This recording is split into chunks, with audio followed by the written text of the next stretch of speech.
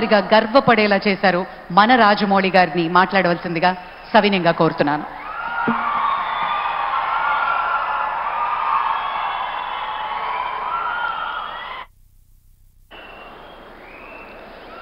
అందరికీ నమస్కారం అండి. రామోజీరావు గారు ఎన్ని శిఖరాలు అధిరోహించారు, ఆయన అధిరోహించడమే కాకుండా ఆయనతో పాటు ఎంతమందిని చేతులు పట్టుకొని ముందుకు తీసుకెళ్లారు, పైకి తీసుకెళ్లారు, రాష్ట్ర ప్రజల కోసం ఎంత చేశారు అన్నది ఇప్పటివరకు నా ముందు మాట్లాడిన వక్తలందరూ చెప్పారు. ఆడియో వీడియో విజువల్లో కూడా చూసాం, తర్వాత కూడా ఇంకా చెప్పబోతారు. అంతకన్నా నేను ఎక్కువ చెప్పగలను అనుకోవట్లేదండి, అంత సాహసం చేయట్లేదు. ఒకటే అడుగుతున్నా అండి, అంత చేసిన రామోజీరావు గారికి మనం తిరిగి ఏం చేయగలం? 100% అండి.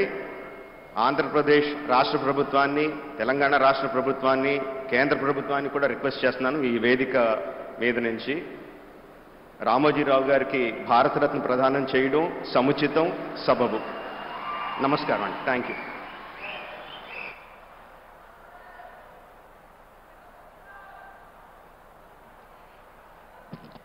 రాజమౌళి గారు చాలా తక్కువ మాటలు, ఎక్కువ సత్తా ఉన్నటువంటి వ్యక్తి. సేమ్ రామోజీరావు గారి ప్రిన్సిపల్ కూడా అదే.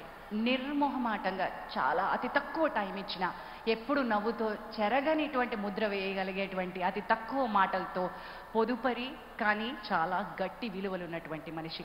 మరి ఈరోజు మనతో ఉన్నటువంటి ప్రముఖులు, రాజకీయ ప్రముఖులు చాలామంది ఉన్నారు.